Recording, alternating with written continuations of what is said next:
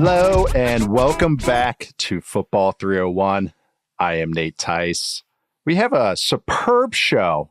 I'm going through the thesaurus of synonyms for how to describe each show outside of fun. But it's going to be a fun show today because we're going over some interesting units or interesting kind of like types of players. Like it could be the back seven. It could be the defensive backs. It could be a whole defense, offensive line, whatever we want. And we're going to catch up on some news because some news did actually drop. It wasn't fun news, but news, some significant news did drop. And to help me do that, to go over that news, is the great Charles McDonald, Mr. Forverts himself. How you doing today, Chuck? I'm doing good. We're back in it, and I feel it in my body. I feel it in my brain. I feel it in my bones. But we did have a week of preseason action. I actually sat down and watched a good chunk of it. We'll see what happens over the next 2 and 3 weeks because it can get a little stale when you're waiting for the real thing. But so far, so good. I had a good time this past weekend. How about you? I did. And also we were joking about this a little bit with Mina when we did her show yesterday. Had our little 3-man weave. It's really nice because you really only have to focus on a couple things. And it's like, all right, done. All right, quarter and a half, done. So really, sometimes it's like only 12 plays you have to watch instead of like the whole thing. So you can really breeze through some games. It's nice to react to something. That's what's nice. And this is like, for me, just like, okay, this guy's in this uniform. Oh, how's it look in this role? Oh, okay, that's what I thought. Like the Falcons, watching them. It's like, oh yeah, that's how I pictured it. That's much better. Okay, cool. As opposed to all this theory we have to get around. But it's not theory. Look at this transition. Because there is big news on Yahoo. If you like money, yeah. Yahoo Sports and NBC Sports are teaming up for $1 million sweepstakes. All you got to do, sign up for a Yahoo Fantasy League for instant entry. Someone's got to win $1 million, and who doesn't want to win $1 million? It's not Squid Games either. Squid Games either the show or like the Mr. Beast version. I don't know if I should talk about that, but yeah, it's great. Someone's got to win $1 million by week 1. Details at yahoo.com/fantasymillion. Go sign up now. Also, more housekeeping. We're doing another show on Thursday. It's going to be a mailbag episode. Can't wait. First mailbag episode for Football 301. So send your emails, your voicemails, and your video notes at football301mailbag at yahoosports.com. Just so, got some material to work with. And you guys have some funny stuff already that you're already kind of piping in. And you're sending it to my personal email too, the one I have on my Twitter account. You can do that. We're going to tweet something too. You can send it to that. We're going to have plenty. Can't wait for the mailbag episode. But anyways, getting back to the units to watch for 2024. So this could be good. This could be bad. This could be in between, something interesting that we're going to talk about. Just interesting, interesting units to watch in the good or bad sense, or just overall, we want to view them throughout this year. Then we're going to do some preseason takes at the end of the show. But anyways, Charles, before we get into those interesting units, a little bit of bad news for the Minnesota Vikings. JJ McCarthy had some knee soreness. Wasn't reported after the game or anything. It seems like he just self-reported and was like, hey, this isn't feeling right. It turned out to be a torn meniscus, and he is getting surgery on that. I have had a torn meniscus. I was not a pro football player. I was just a coach hurting it playing 21 in my off time. The basketball game 21. But 4 to 6 week injury. Probably take a little bit longer than that till he feels near 100%. You feel like a little pinching pain. That at least I did. Looks like Sam Darnold, or not looks like, it's going to be Sam Darnold's locked in as their week 1 starter. Kind of going away with that QB battle that we spent like 10 minutes about on Mina's show yesterday. So kind of funny in that sense. I mean, it's not funny for the Vikings or McCarthy, but Charles, any takeaways from this other than, kind of being a bummer in, McCarthy's development right off the bat, but what's your takeaways with the Vikings, McCarthy, and the whole quarterback situation there? It's a bummer. It's a big time bummer because I thought that this past weekend, JJ McCarthy showed enough where he could make a push for the starting role as a rookie.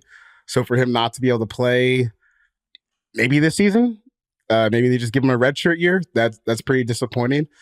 Like I said, he showed some pretty good upside this weekend. I thought he had a good just command of like where people were going to be within the offense in the short amount of time that he's been there. But he's gone. And now we get to what we talked to Mina about yesterday with Sam Darnold, where I do think that this is kind of interesting. I'm back. I'm now the runway is clear. Right. I'm creaking it forward because the one thing that, I think a lot of people who are still kind of intrigued with Sam want to see is him playing with a quality offensive coordinator. Because, when he got to the Jets, that was the Adam Gase show. Then he was with the Panthers, and it looked like all right. And then obviously with the 49ers, that was never really going to be a thing for him. So now he's got a chance with Kevin O'Connell, decent offensive line, Justin Jefferson, Aaron Jones, T.J. Hawkinson, Jordan Addison. I don't know where this goes. I think even predicting where it goes is crazy because Sam is Sam, and Sam could look like Tom Brady one week and Nathan Peterman the next. But this is a really good spot for him to at least show, can you be a starting quarterback in the NFL? And he was drafted, 2018? It's 2024, but still, we are here. And he's still X amount years old. That's been like the common Sam Darnold comma. So I think he's like 26. Yeah, he's not even that old still. But as anyone that's followed or listened to me, or anyone that doesn't know, just listen to Football 301 first time, I do like Sam Darnold. I've always been a fan. I think he still has upside, but I think it's a dice roll that's fun. Like, it's worth taking for the Vikings too. I think they both need each other definitely now after McCarthy's injury, because this team can compete as far as at least for a playoff spot. Are they a Final Four contender? I don't think so. I think they're a step away from that, but this is a pretty solid team. Like you just broke down the offense. Even they're kind of figuring out all the kind of supplementary pieces, Jalen Naylor as the third receiver. Of course, they love CJ Ham. You can't get Alec Lewis from The Athletic said he did it almost as a bit at one of the practices I was there. He asked a question about CJ Ham to Kevin O'Connell because he knows O'Connell and the coaching staff just love CJ Ham. He's the classic guy that does everything right, but then they're like, we're going to use him in 50 different ways. But then you look at the end of the season, it's like he's been used on 8% of the snaps. It's barely anything. He's like 4 snaps a game. So Alec Lewis got him to talk for a while about it. It was pretty hilarious. But anyways, they have guys that make sense. And the defense, I think, is going to improve. They have better pieces. They have another year with Flores. Do I think they're going to be awesome? No, but I think they're going to be a word we keep coming back to, like feisty or frisky and hard to play against. So I don't know. This Darnold's going to give him a chance. And when you're in the NFC, which I still think is wide open, look how hurt the 49ers are. The Lions are very good, but kind of, they could easily have some drop off.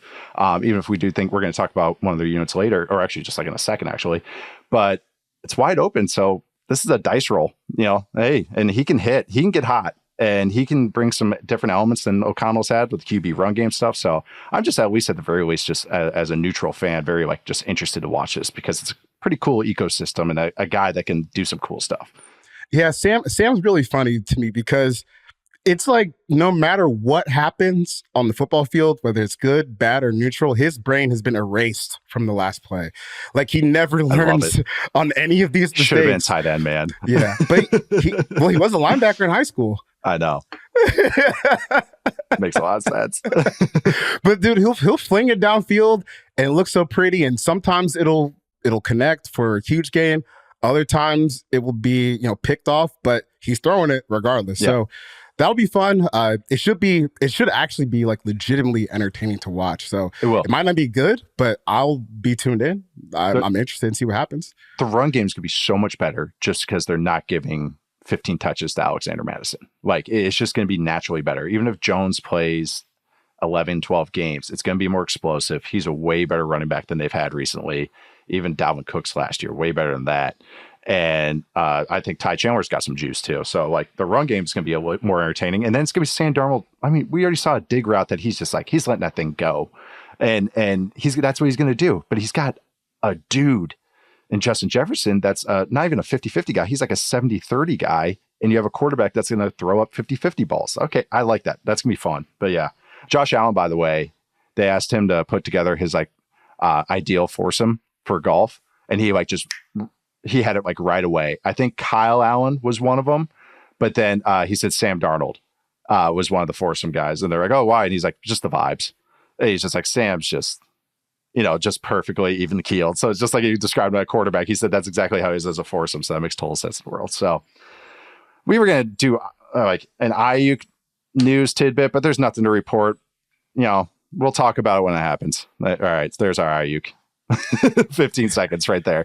Follow Charles Robinson. If you want follow Charles Robinson. There you go. He'll have something when it drops. Anyways. All right. Let's get to the units. Oh, that sounded bad. But let's get to them. We'll go interesting. We're going to start with good. We're going to just talk about a couple of good units that we want to just bring a little attention to. We've talked about one of these in our top 10 defenses pod.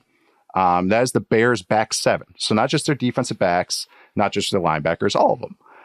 Because I think they have three playable linebackers, a really interesting defensive backcourt that's really fun to talk about. And I think there's someone in particular you maybe wanted to highlight a little bit. Was that TJ Edwards? Or really just their linebackers in general?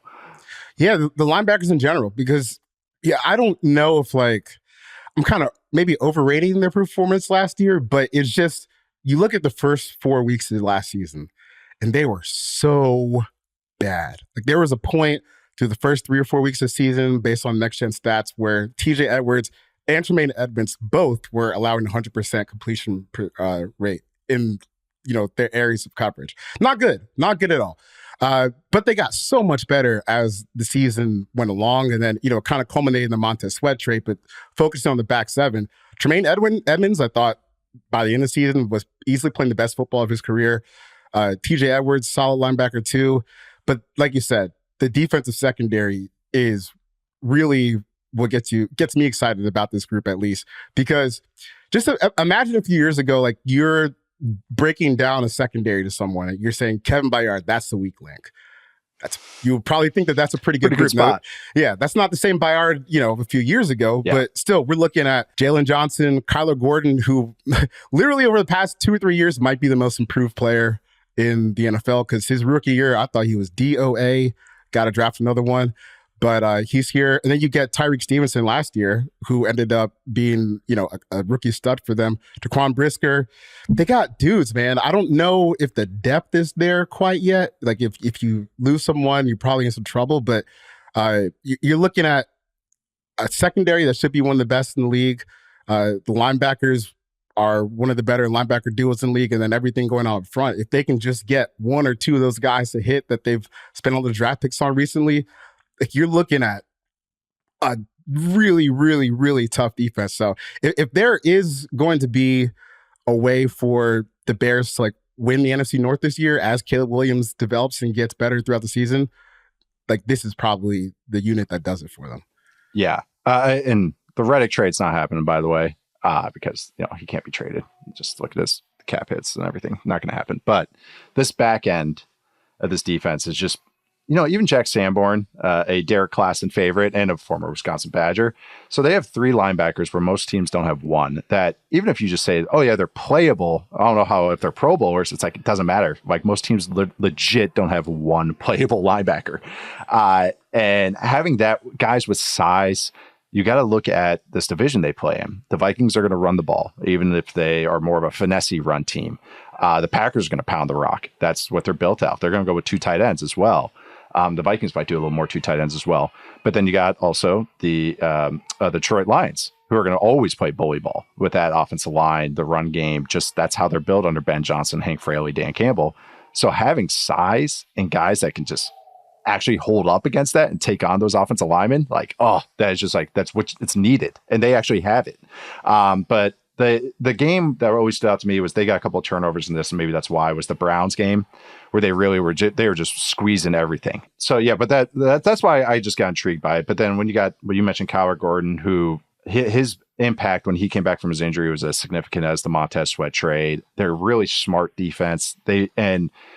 I know some people don't like these types of defenses like Gannon with the Eagles, where they run a lot of just basic zone coverages and they just kind of run them well. They have the dudes to do it. And that's why I don't mind it, is that I don't like that when you have nobody on the back end.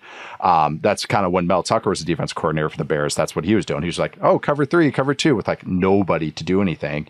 Here they have guys, they have plus positive players. That's why I think it's going to be kind of what I use for the Bills defense. It's the anaconda defense. That's going to just really just tighten on quarterbacks, and then just really be bullies against the run game. Pretty stoked about it. Me too. And I think this isn't linebacker or secondary related, but going back to the podcast we had last week or the week before, where we were just kind of naming defensive linemen along the way. So Austin Booker, their rookie from Kansas, had a standout performance week 1. And this is just, raised on 2000s football brain, but the name that came to mind was Mark Anderson. You remember him? Okay, yeah. Dude, he couldn't do anything but just for like 2-3 seasons, just rush the passer. Yep. And if you have, let's call Booker half a pass rusher because he's a 4th-round rookie and he's 21. But if you have like Montez Sweat, half a pass rusher, and none of those guys hits, plus the back end, that's a good unit. If they have their Mark Anderson. I love that. No, and this is the other thing too. And this is maybe some I learned from when I was with the Falcons was they're always going after the speed guys to rush the passer. It's like you need the mix. And that's what's nice about Montez Sweat. He's so freaking big. That's like now he can hold up against the run. So that's why you can get a Booker to kind of like, all right, now we can actually get the little short twitchy guy. No, yeah, great shout out. He really shined. What happened to him was he was such a raw player. Then he went through the all-star circuit and then the offseason circuit. And he didn't test great, but it was just one of these. It's like he moves better than he tests. And I think he was just one of those guys where it's like, all right, sure, dart throw. Let's see how this goes. And I mean, good initial returns. They need it. Going into another back end in this NFC North, this really good NFC North, I should say. The Lions secondary. You wanted to talk about these guys because, yeah, they got a little identity that's really matching their defensive coordinator. It's been pretty fun. So what do you got for me on the Lions secondary, Chuck? I always love it when you have teams that they go through a rough patch in one season, especially at a certain position, and the offseason starts and they basically go like, never again will that happen. I think the Jets and their offensive tackle situation was a good example of that. In the Lions in their cornerback situation, you have remade the entire room. Trade for Carlton Davis, draft Darnold in the 1st round, draft Ennis Rakestraw in the 2nd round. Amik Robertson's over here. You still got Emmanuel Mosley, even though he got hurt last year. They have so many like credible bodies. We'll see how many actually develop out to be good. But even just having this group here, I think it's a big step from where they were last year. And then you start pairing that with the defensive line they have. The run defense should be pretty good. They got a big front in the middle. Aiden Hutchinson has developed into a pretty good pass rusher. So it's a stretch, I would say, probably to imagine that 2 rookie cornerbacks are good in the same defense. But still, that's why you go out and trade for Carlton Davis. That's why you have some of these other veterans that you can bank on, or at least get dice rolls to see where they are from last year and injuries that happened to them. I think that this has the chance to be, I don't know, good, but like a slightly above average, which is a big improvement from where they've been over the past few years. So the Lions secondary, especially with the rookie cornerbacks and Carlton Davis trade, I'm really interested to see how that plays out. Aaron Glenn kind of, even if some of the stuff was kind of telegraphed, I always appreciated, especially the second half of the last year, that he was always trying to just do stuff. Like, even if they weren't good at it, they at least tried to throw stuff against the wall to, like, rather than just stand there and just take it in on the chin, like some defenses do. They're just like, sure, we're not good. All right, there's another 12-yard gain. That was fun. I've really taken to looking at corners as, like, relief pitchers in baseball or just pitchers in baseball. You almost have to, like, draft them in bulk.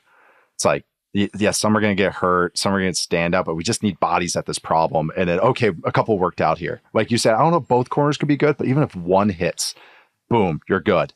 Much better than where you were. Carlton Davis, hasn't finished a full season in a while, but he's so much better than what they've had.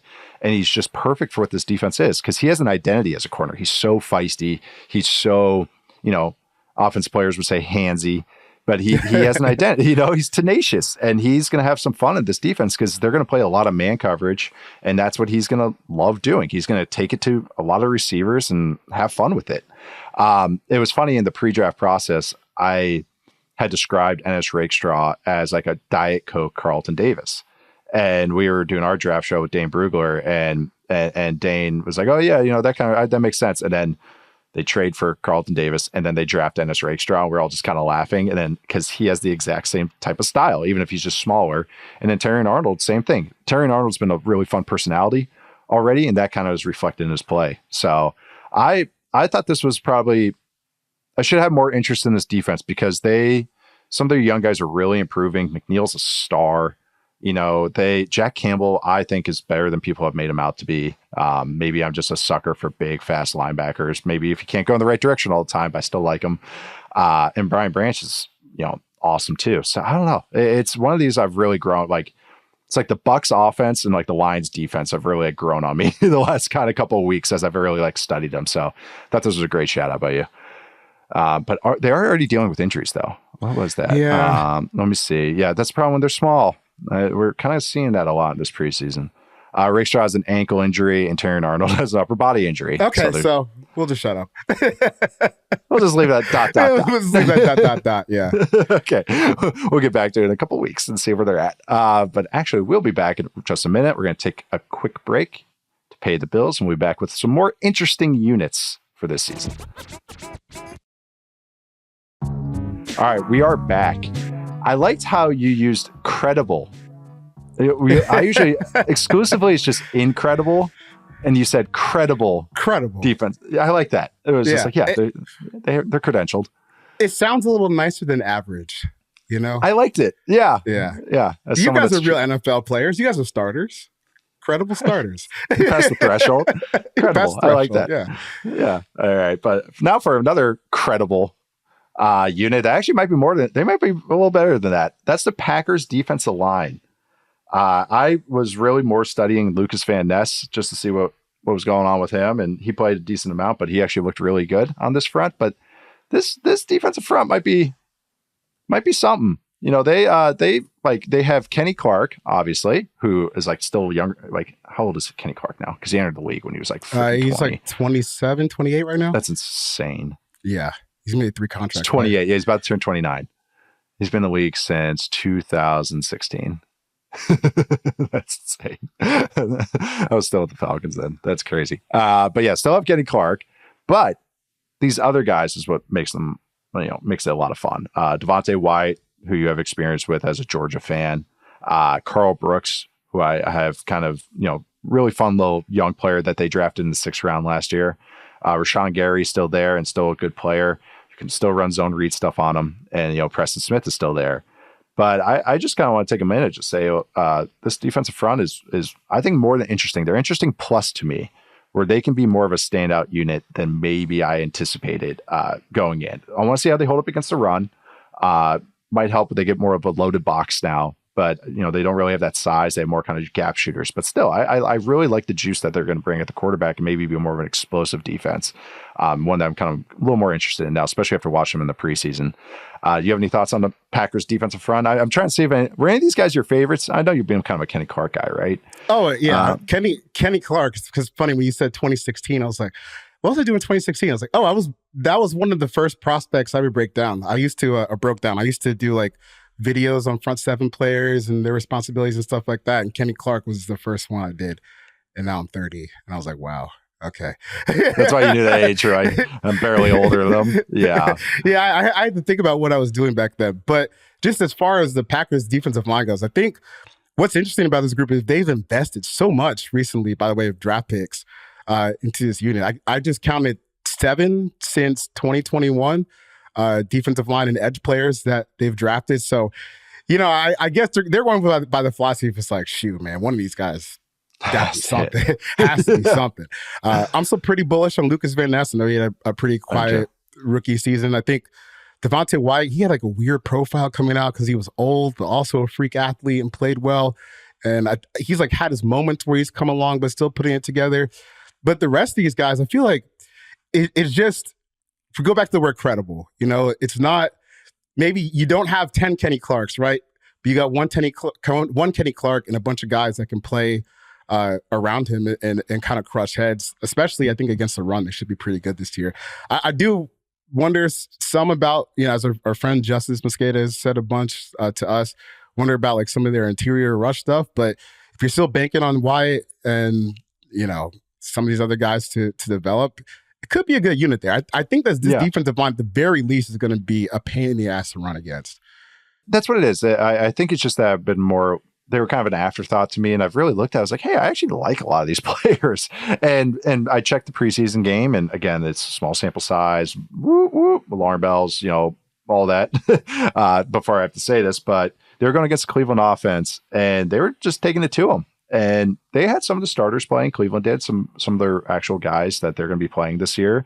And I just thought guys were taking turns. They had more juice on third down with Carl Brooks and Devontae White on the interior. And that's like what you said. That was a worry from Justice. And actually, I was like, oh, okay. And Van Ness was making it tough on the outside. He was a tight end murderer, which is like great. If you can do that right away, that's a role for you. And yeah, he just moves different. He's young. He hasn't played a ton, and they're trying to get him reps. And that's why I'm pretty excited about him. Quay Walker, though, like first couple steps, they ran a draw play, and I think he was about 7 yards like backwards before when the ball was handed off. He just had no recognition on it. That was so like, hey, still working on it. New defense, but still working on it. No, but that's like high school stuff, you know. Get your depth. Who cares if you're at 4-4? Might as well get there early. Yeah, I remember one of my friends in college. He had a problem with that, you know, getting way too deep when we were running draws. And our coach, he was like, man, how do I figure this out? Our coach was like, use your effing eyes, man. Like, just look. It looks the same. Just run. Look and run. Draws look different than passes. I don't care what anyone says. It's so funny. I know, but whatever. It was Matt Teteo was the biggest biter of play action I've ever seen. And we just ran when I was at Pitt. We almost upset him. His big Heisman year, like we had a play just called after him, like Teo or something like that. We ran the play action, and it was like he was in the backfield, and it was like by the time like the quarterback even turned around, it was just like a wide open touchdown to the tight end. But yeah, so I just always, it cracks me up sometimes with these linebackers. Quay Walker runs like a 4.4. It's like, just chill. You're going to get there. Like you would be able to get there. Trust me, you'll be fine running down that seam. Going on to, Aaron Rodgers' new team. I feel like these guys are just always going to be just tied together. Brett Favre's two teams.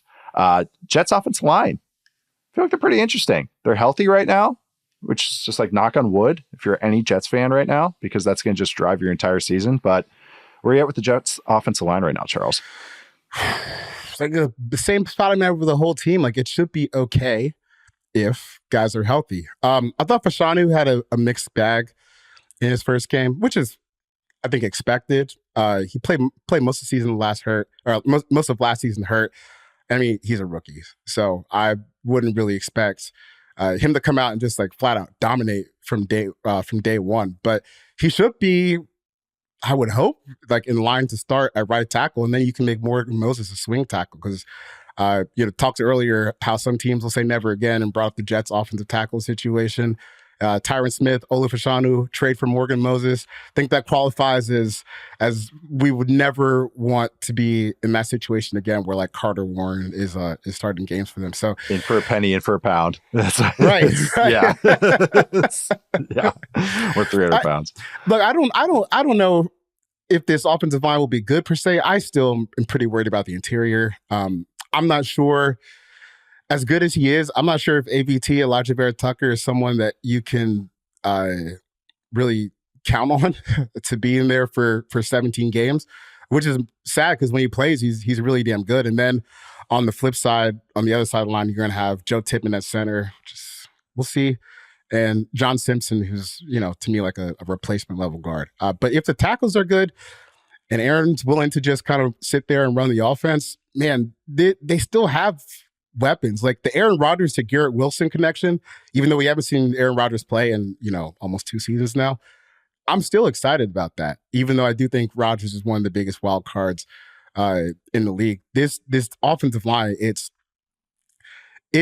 got the pieces that they didn't have last year that maybe can just buoy this offense enough for them to actually get to the playoff, it's been a while, man. It's been a while. I mean, even the play that Rodgers got hurt on, you could see he didn't trust the offensive line. Like it was that quick game, they cut blocked and he was bailing already. And that was remember last preseason, they were playing like the Panthers or something in joint practices. And it was like, they can't block anyone. It's like even Hard Knocks, they just kept bringing up the offensive line. It's like, gee, I wonder what they think the weakness is. I think that's what it was. They got a bunch of high variance filling guys. I mean, Tyron Smith, this is the whole offense, I should say. Mike Williams is one of those, but Tyron Smith, if he plays, he played a chunk of the games last season. If you get that, that's great. He's still a plus starter. It's just you never know what you're going to get out of Tyron Smith. How many games is that going to be? So again, you're just kind of right back to square one. So are you getting back to that exact same situation and everything? I also just think Fashanu, I get it. I'm right there with you. He's still another young guy. Vera Tucker, I'm the same way. But it's just that I just keep coming back to it's like, I want this to hit because there's actually some really, with this defense, this could be a good team, but it just feels like that's such a smaller percentage than what's actually going to happen. And it's just like, I'm waiting for the other shoe to drop. It's like, who's going to get hurt first? And I know that's not fair to Jets fans who want this to be perfect and everything, but it's just, I think that's why I just can't get over the top, even if I just really, really like a lot what they have going on. Oh man, I had a guy too. Let's just get Hassan Reddick to camp, and then we can, do the next steps after that. Yeah, well, and then also their former first round pick, Mekhi Becton, is now like a guard with the Eagles at Stoutland University. And he actually looked okay. God, he just moves different. He's still kind of like a little wild horse, but God, I watched the preseason. He just moves different. So that's funny because I never would imagine that he would play guard. Although also I wouldn't have imagined that he would have run into as many injuries as he did earlier in his career with the Jets. Because I think what gets lost sometimes is how good Mekhi was as a rookie. Like, I thought he was going to be just like worse. Baldy called him Highway 77 for a reason. You just get behind Becton and he's going to move like 4 people out the way. And the injuries, like they sapped a lot of the movement ability. I think as far as just like being a tackle and being a pass buck on the island like he used to, I don't know if that's really still in his wheelhouse, but guard is an intriguing move that honestly, just for size reasons, I hadn't really pegged for him. I thought he was just going to be like a backup tackle and flame out. But if he can actually play guard at 6'7", 370, dude. Biggest line. You know what's funny? The Mekhi stories, I feel like almost every day at training camp, some Eagles reporter, Mekhi's throwing up again, but he looks all right. It was like the first few days, every single one. I was like 7 times today. They had like a Becton barf count. I know I always just like that, seeing that kind of reclamation projects with a known good coach. It's like, it's not like a mystery that Stoutland's good. Callahan's another one of those guys, especially in offensive line, that you kind of like, oh, I want to see what he does with them. And if that guy flames out there, it's like, all right, yeah, that's it. Like, you think this guy's going to improve if he didn't there? I like maybe this last stop. So I do want to give the Becton watch a little shout out right now. Going on to the 49ers, their defensive back room right now. Pretty interesting. They have one of our favorites, Malik Mustafa. I think it's Malik Mustafa. I've learned. But anyways, I think someone corrected me. But Mustafa from Wake Forest, safety, 49ers. Seems like he's having a strong preseason. And then now Ambry Thomas is injured. But Chuck, first thoughts when you are looking at that 49ers defensive back room?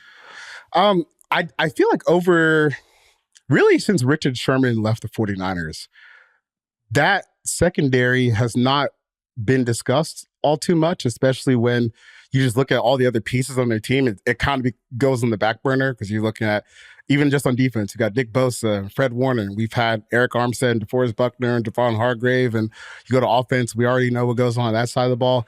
But, this is one of the most important units on any football team. And I would say for the past few years, they've kind of gone a little bit unheralded. I know you have guys like Hufanga, who was an All-Pro, Travarius Ward. He's had his moments where he's played well.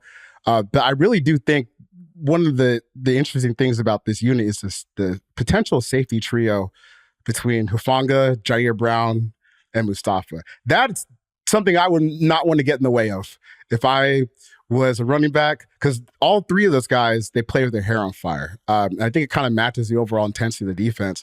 And then even when you're moving like outside of them, Lenore, he's a solid cornerback in his own right. He's a good nickel. Yeah, he's a good nickel corner. So if like Renardo Green, their 2nd round pick, can like move into the starting lineup and compete for time, man, I really think that this secondary might be good. And I think they probably need it to be good because I don't think the front, and just in terms of defensive line, it's not quite as good as it's been in the past. I think Javon Hargrave, he's starting to hit the other side. Nick Bosa is obviously still Nick Bosa, but they don't quite have the depth that they had maybe a couple years ago, like when D'Amico Ryans was coordinating things over there. So I think they're going to need their secondary to be good, and they at least have upside and like reasonable levels of hype where I think you should be buying stock on this unit.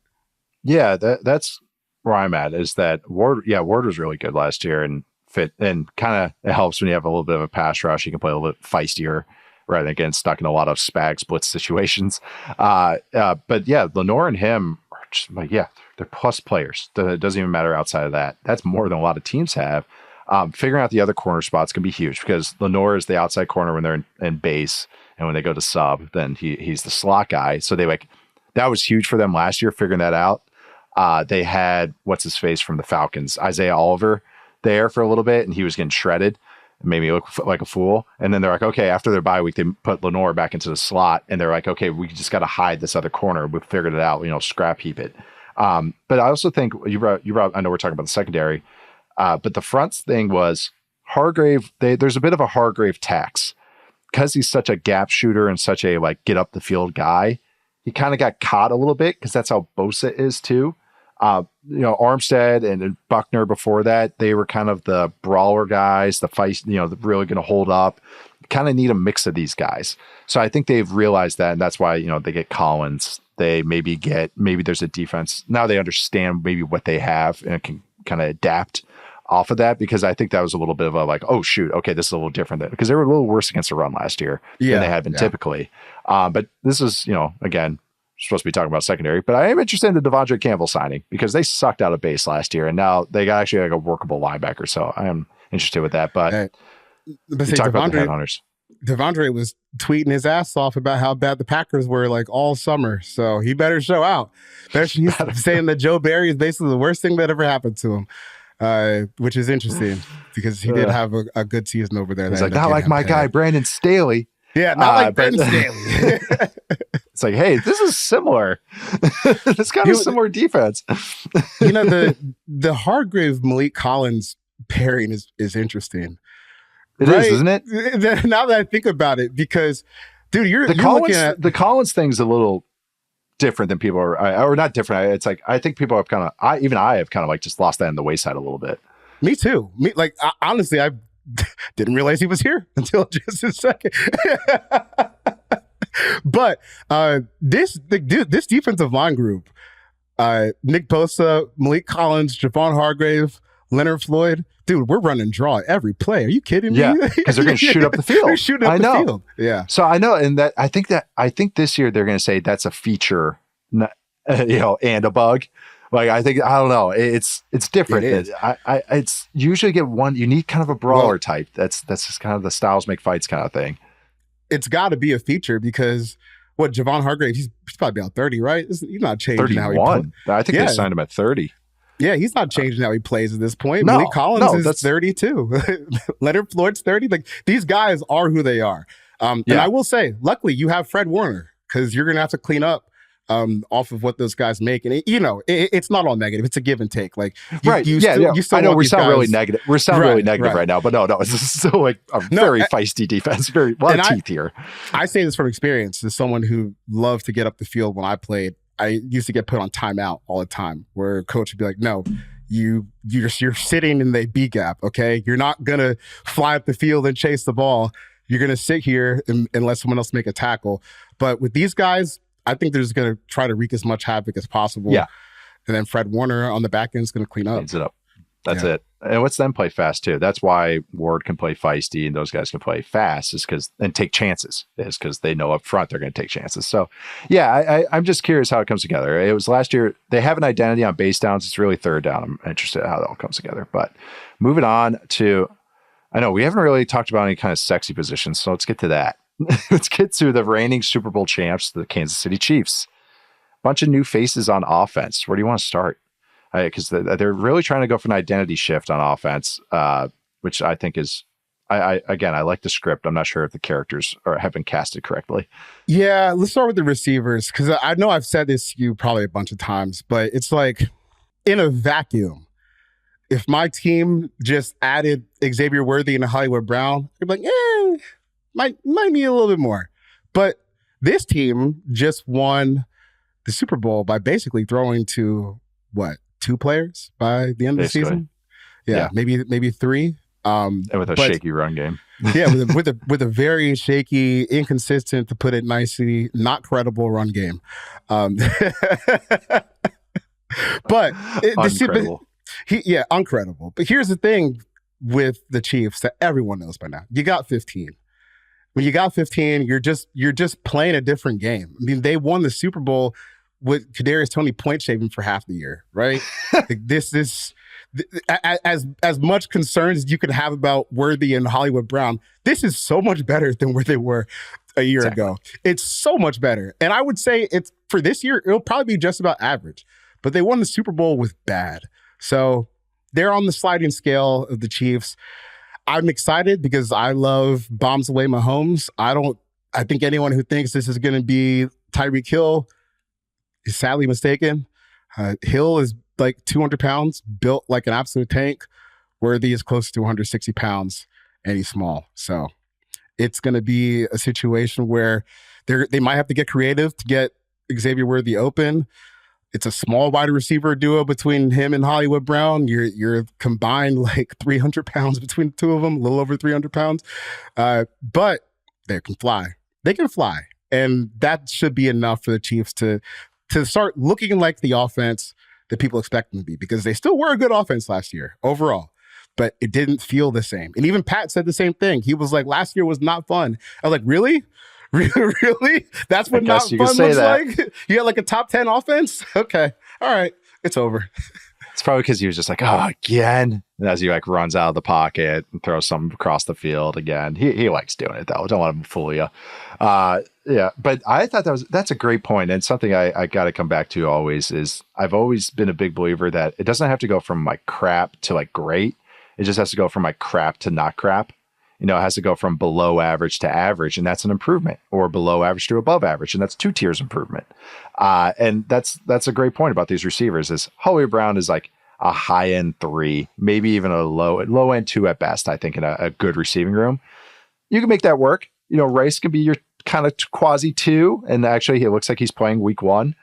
Looks like the suspension stuff keeps getting pushed back. So he's available. He's your Z. Brown could take the top off. You can work Worthy in on some of the stuff that he does well, which is, not getting hit, but also running. But it's, again, like you said, it's better than MVS, even if it's a different identity. I think they said, okay, that identity's over. Let's turn a new page. We try to do some bully ball stuff, Juju Smith-Schuster, MVS. I liked it.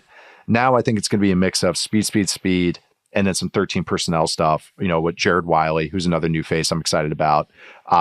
Kind of weaponize the 3 tight end look, maybe get a really fast receiver out there, dare defenses to go big and kind of make them pick their poison. So yeah, I even if I didn't like, I'm like, okay, I'm not totally fired up about Hollywood Brown and Xavier Worthy. It's like in this ecosystem with Patrick Mahomes and what they're trying to do. Okay. I like it a little bit better. Also, they do have a guy I got pretty fired up about in the draft process at left tackle, Kingsley Suamataia out of BYU. Ooh, look at you. I know. I practiced a lot. I still can't get Tua's last name right, but I can get Kingsley Suamataia. But yeah, he was a 5-star recruit, Oregon guy, transfers to BYU. Just a bundle of tools. So like he's one of those guys. It's like not a lot of big guys can move like him. And I think the Chiefs thought the same way. But I thought he was going to be really raw, and I thought they're going to work him in. But they said, nope, starter, left tackle. Figure it out. And he actually looked okay. And he's got a good line coach. He's got Mahomes to help him out. He's got Joe Tooney next to him. He's got some pros. So I really like him. And I'm curious. It's a little earlier than I thought his trajectory would start, but let's go for it. I thought this was a great landing spot for him. But did you watch Kingsley at all during the draft process? Oh yeah, during the draft process, I did. And I have the same exact eval. He's raw, but he's a freak athlete. Yeah, he's huge. Dancing bear. Yeah, right. And the thing is with the Chiefs, his competition was Wanya Morris. So there really was no Wanya Morris. So yeah, tells you all there you was need to no know. choice. There was no choice but to start Kingsley, which I ultimately think will be a good thing for him. Because when you play again, you have 15 behind you, so there's a big margin for error on what you can do. Because it's not like Patrick Mahomes was getting top tier perfect tackle play over the past couple of years when they've been winning these Super Bowls. It's been barely passable, to be honest with you. Oh, Donovan Smith wasn't not even passable. Right. I'm trying to be nice here. No, we didn't do it. It was a lot of bad tackle play. So at least here you're rolling the dice. If it doesn't work out, you'll probably be fine. But if it does work out, I mean, this guy has the upside to be, to me, like an all-pro tackle if everything goes right for him, because it's just so hard to find guys that size, that height, that weight, that move in the manner that he does. So as soon as that pick came in, I was like, oh, that's classic Chiefs. Like that is, it just fits so perfectly. And they got him in the second round. I mean, I had almost a third. Because anytime the Chiefs are picking, it's going to be in the 30s. But I had a late first, early second grade, and I just kept bumping him up. I had him higher than Tyler Guyton, who went to the Cowboys. I just thought Kingsley showed a little bit more pop to him with his play. And I think he had a little bit of, some guys get this, some of these 5-star guys that aren't at the biggest schools, they get a little bit, wait till the pros, kind of go, I'm waiting until I really work at it, which, also makes you a little edgy if you're drafting those guys. Like, hey, you're not going to crank it up and be like a worker every week. The NFL is even tougher. He goes to a perfect landing spot. Again, you go to with a quarterback he has to respect, and an offensive line coach he has to respect, with other offensive linemen that he has to respect. And so sometimes that's where you get the best out of these guys, even if they're like maybe a little shaky work ethic. I don't want to put anything on them because it's not like a verified thing or anything like that, but this is just kind of the whisper mill about them. But so far, so good. It looks like you said, it's going to pay dividends down the road. It really is. That's what helps when you have a freaking quarterback like Patrick Mahomes. All right.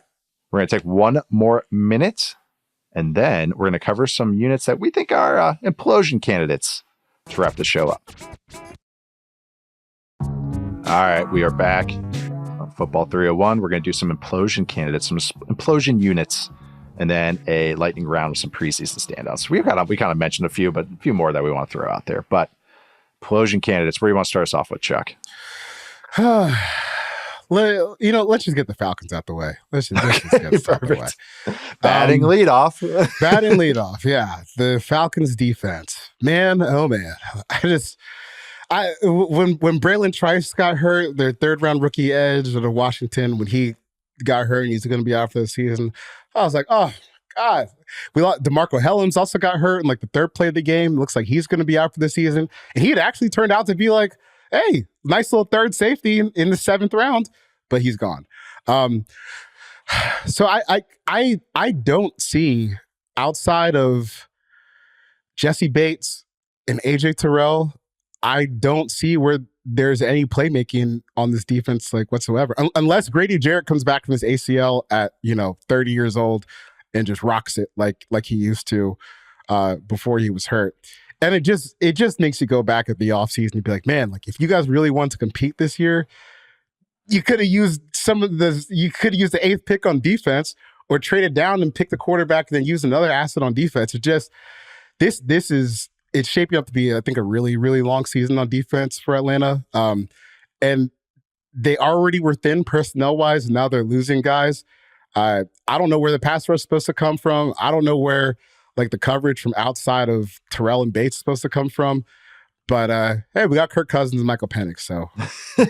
Hey, it's because you're not going to be picking in a top half of the round anymore. You're going to be picking so late in the 20s that you're never going to have the chance to get a quarterback. Dude, I bookmarked that quote so fast. Oh my God. There's a lot of quotes I've bookmarked, and it's just like, I don't mean to keep piling on it, but it's just like, I don't want people to forget it, because that's like stuff happens. Oh, look up in the preseason. They figured this out. And then stay the course, keep the message. They could have Byron Murphy. Looked damn good for the Seahawks too. That would have been some juice that they could have injected in there.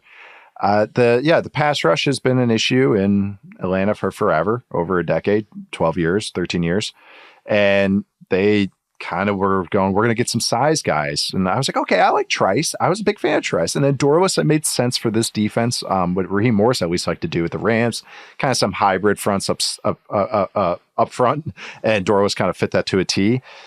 But, those are day 3 guys, and you're saying you're competing, and it's just like a lot of like nothing. Like every draft pick, they might not get much out of this year for a team, again, that says they're going to be competing, and it's going to be, you're paying the Kirk Cousins stuff.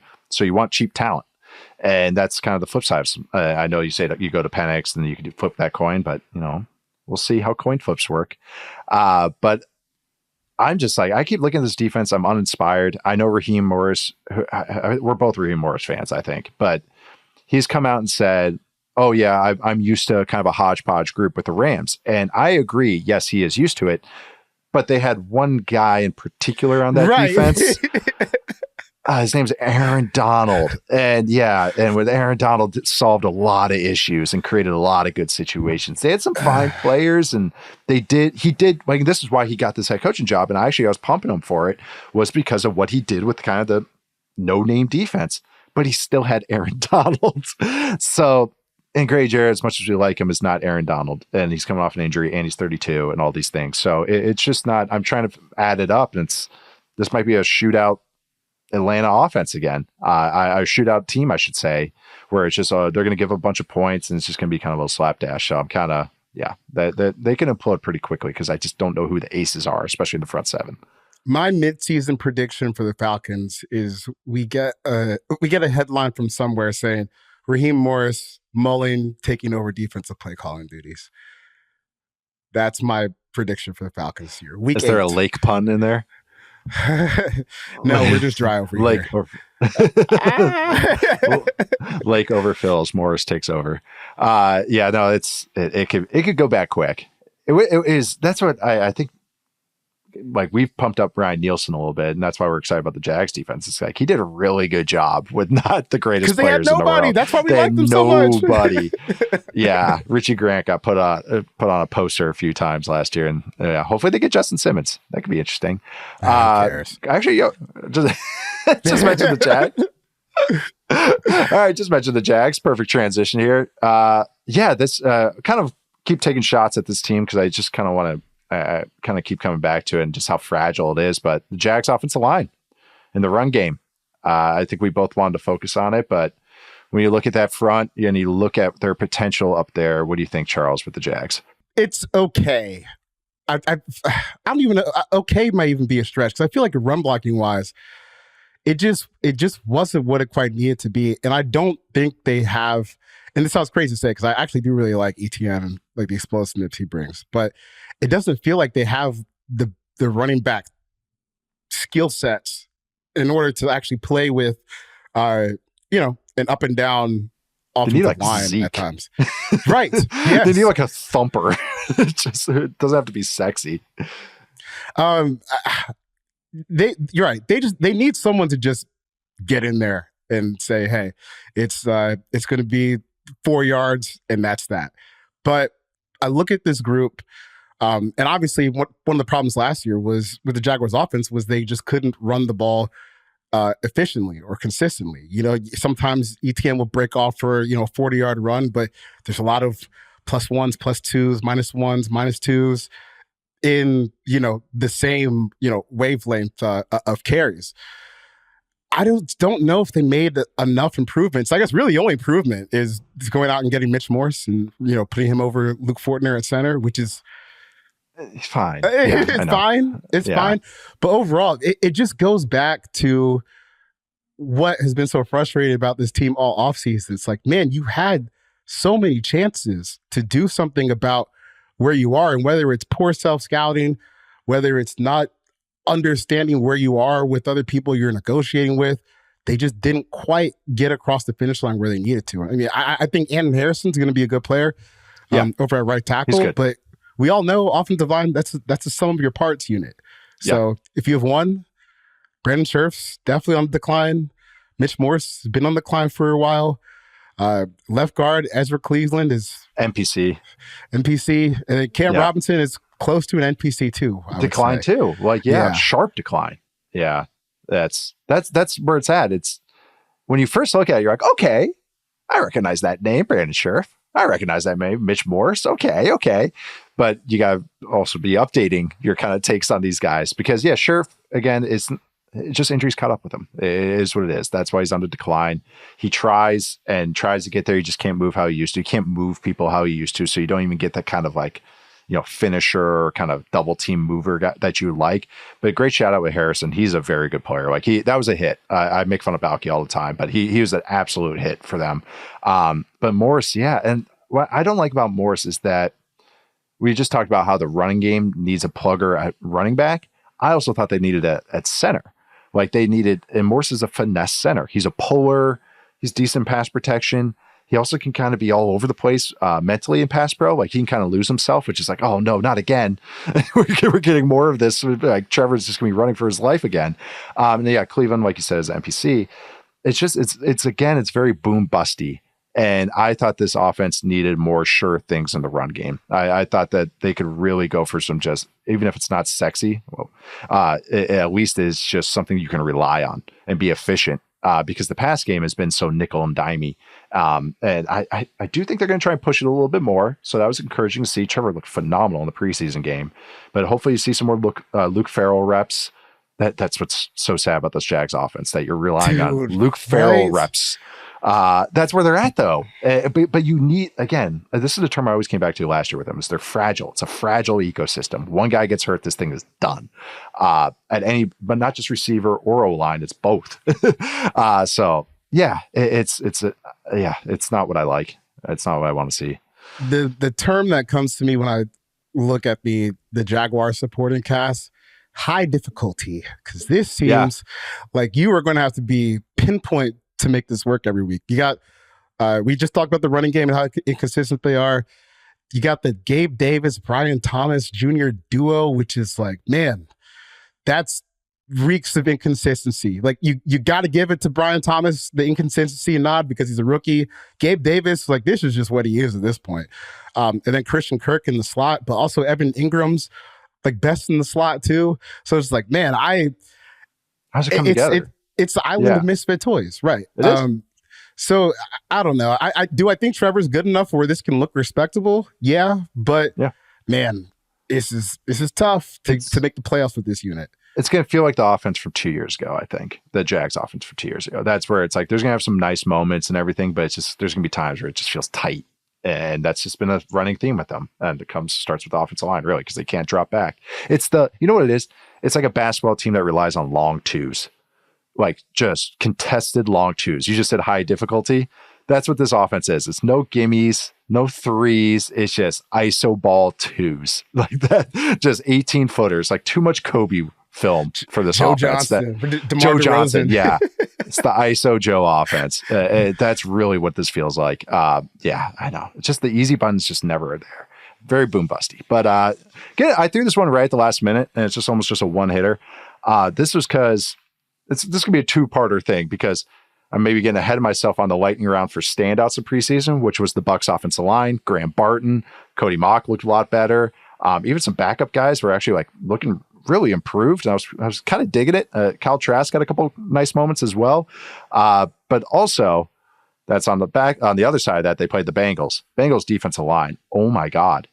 Like it's bad. It's a bad thing. It's bad. Like DJ Reader's gone and you feel it even more. And I know it's backups and rookies and all these guys playing, but it didn't, like guys that they're going to have to rely on this year, like Chris Jenkins, they were getting moved off the ball against a Bucs offensive line that I knew would be improved, but they weren't playing all their guys either. So yeah, Bengals defensive line better start working the phones because that could be bad. Because here's the trick that fan bases will talk themselves into. It's kind of like where you started, where it's like, yeah, I know these guys are backups. Yeah, Chris Jenkins not going to be a starter, but like the projected starters are Sheldon Rankins and BJ Hill. Rankins at this point, he was really, really good at one point, but I think at this point he's like your third defensive tackle that comes in and plays some reps and gives you the gas when you need to. Right, but to have him be like your full-time starter, I don't know. And I feel like it just feels like over the past few years, like this defense is just like slowly bled talent and started to deteriorate. And now we're here. Like, I don't really know how to project this defense at all this year. They signed Geno Stone. Maybe you get something from DJ Turner or Cam Taylor-Britt, but man, it just seems like this defense, they really need to start pumping talent back into that side of the ball. They knew the offense was about to get expensive, so they were trying to, inject some young defensive talent to, kind of churn it over. Just it's the always sunny thing. It's a self-sustaining economy. Yeah, like that. I don't even know how the economy works. But that's kind of what happened, where they didn't get the fill in. Like the new soldiers didn't line up, like didn't sign up and didn't like progress to fill these spots. Mike Hilton's still a good player, but again, he's not always playing full seasons. They have like a lot of nice B- players, but they have Trey Hendrickson's going to bring juice against the pass game, but he's not going to do anything against a run. That's just Trey Hendrickson. So you need some beef. You need some guys that can hold up.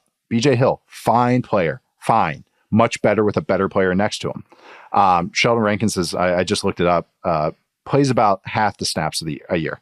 He played about just under 600 snaps last year, so he plays about 500 snaps a year. Then you got about 500 snaps you need to fill in. That's what that means. You need another guy to be taking these snaps. And it just looks, I know it's a first preseason game. I know you just don't want to extrapolate too much, but this was already a concern for me because this defense gave up so many explosive plays last year that they need them to be hodgepodgey. They need them to do something because they if they want to be a contender, you can't have these weaknesses like this, especially in the run game.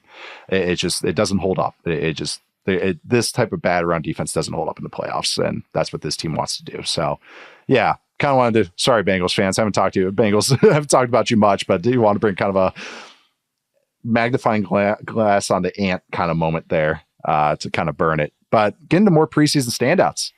Who you got? Lightning round. Lightning round. It pains me to say this, but I'm going to go with Talise Fuanga, the new left tackle for the Saints. Right. And I say that because my expectations for him are so low. Not as a player, just at left tackle. That's right. I mean, we're on the same page there. Yeah. Because it's not really, I don't know if like in the past he played left tackle at Oregon State, but last year he definitely did not. And I had even wondered if he could play center in the NFL. I thought he was a guard. Yeah. I pictured him as like a right guard. Yeah, that's why I pictured him as a guard, and then it's kind of the over-analysis part where I was like looking at his legs, and I was like, oh, maybe he's kind of a center. But his ankle flexion, ankle flexion, yeah. But I had never pegged him for a left tackle. But here's the thing with the Saints: Trevor Penning is so bad right now that you really can't play him at all, and you definitely can't play him at left tackle. So Fuanga has kind of become the default left tackle because who else are you going to put out there? You don't really have anyone else. First game, passing grade, which is a lot more than I expected. I thought you were going to give the PFF passing grade. Then I realized you're saying he gets a passing grade. Yes, it's exactly kind of what I thought. I was like, oh, this is going to be an adventure. He's fine. He's technically refined. Speed rushers would give him an issue, but guess what? He reminded me of a little bit Decker. With the Lions, Taylor Decker. Mm-hmm. Yeah, that's kind of how he moved a little bit, where it's like, okay, it's not great, but he's got some good technique and everything, and speed gets him some issues, but way better than I thought. Penning is just going to be. Penning was like, no, he can't play. Like, he's unplayable. Like, and I know we're just sound like we're piling on, but it's bad. It was bad in that preseason game. Eric McCoy looked good though. I will give him a shout out. I'm about to say, every time I hear Penning's name, I think about the podcast I did with your dad a couple years ago when we went over the offensive line class. And he was basically just like, Penning, the dude, this makes no sense to me. I don't get it. And I remember one thing I asked him, I was like, well, you say he moves so bad, and he tested like crazy, right? He tested like basically one of the best athletes to ever walk through Indianapolis. Like, how's that happen? He was basically like, it happens sometimes. I'm gonna look up his testing numbers because he did test like a freak. Yeah, I think on the relative his leg scores, he had like a 9.99. 6'7" and an eighth, which is 94th percentile. 34 and a quarter arms, 10 and eighth hands. Ran a sub 4.89, which is 97th percentile for tackles. 88th percentile broad jump. 98th percentile 3-cone. That's big for my dad too. He loves 3-cone testing. And 71st percentile shuttle. If you just looked at that, you'd be like, oh yeah, just take them. Like, we'll figure it out. But this is why you got to watch these guys. Because if you watch them, you saw that was all fake tough guy BS that that doesn't actually work. Give more positive stuff. Brett's going to hate me, but Steelers offensive line. Broderick Jones had a couple nice moments. Oh, Jalen Petrie, Texans DB, human missile man. He had some really nice moments preseason. I'm literally just going through my Twitter and just seeing who I tweeted about. Lucas Van Ness, good one. Oh, Quantez Stiggers, the DB, the corner for the Jets. Have you heard about this guy? I have, only because I live up here. Yeah. Oh, yeah, true. Do you know his background? No, I don't remember his background. I know I've seen some It's stuff. pretty cool. Yeah, so I do want to bring him up because he had some nice moments. Guy? Yeah, so he was a few things. So he was a freshman. He went to end up at Lane College in Tennessee, which I believe is a JUCO. Oh no, it's a HBCU. And he dropped out. So get a little bit recruited. His father died, so he joined the Fan Controlled Football League. The one that had Johnny Manziel.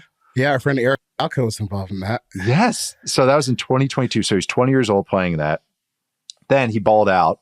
Gets caught, goes to the CFL, goes to Toronto Argonauts, balls out there. He was the CFL's most outstanding rookie. He was an all-star, all as a rookie. Goes to the Shrine Game, Galco, like you just mentioned, gets drafted in the 5th round. This dude is feisty. He's cool. I wanted to give him a shout out. He had some couple really cool moments in the preseason game. Last one I'll give a shout out is my guy, John Bates, tight end for Washington Commanders. He was blocking his butt off, him and Pharaoh Brown. Tight end for the Seahawks. A couple Cardinals defenders too. Cottrell Clark looked cool. Yeah, Roy Lopez. Got to shout out your Cardinals before we get out of here. God, I know, man. It's just every rapid fire is Cardinals rapid fire. Got to get it in. Anybody else? Or we got it. Wrap this up. Put a bow on it. I think we're good. We're good. Yeah. Enough rookie quarterback talk. We're done with that. We'll move on. We'll get a second preseason game before I have anything more to say. But yeah, closing it out today. Like I said before, we have a mailbag on Thursday, so get those questions in. The email again is football301mailbag@yahoosports.com. Get those emails. They are great, but videos and voicemails are even better. We'll also tweet some stuff, so maybe you can just yell at us on Twitter like you always like to do. Those Twitter accounts are I'm Nate_Tice. Charles is at where, Charles? 4 verts, baby. 4 verts, not 5 verts like Jaden Daniels ran, checked into. No. For that deep throw at the go ball, which I still am laughing at. But subscribe to us, please. Follow us, please. Rate us, please. Any of those things would be great. Also, check us out on YouTube at Yahoo Sports YouTube channel. You also can follow Yahoo Sports on Snapchat too, young people. I haven't, yeah. I'll just leave it at that. But thanks to Brett, Stone, and Adi, everything you guys do behind the scenes. We will be back on Thursday with those mailbag questions, and we are out.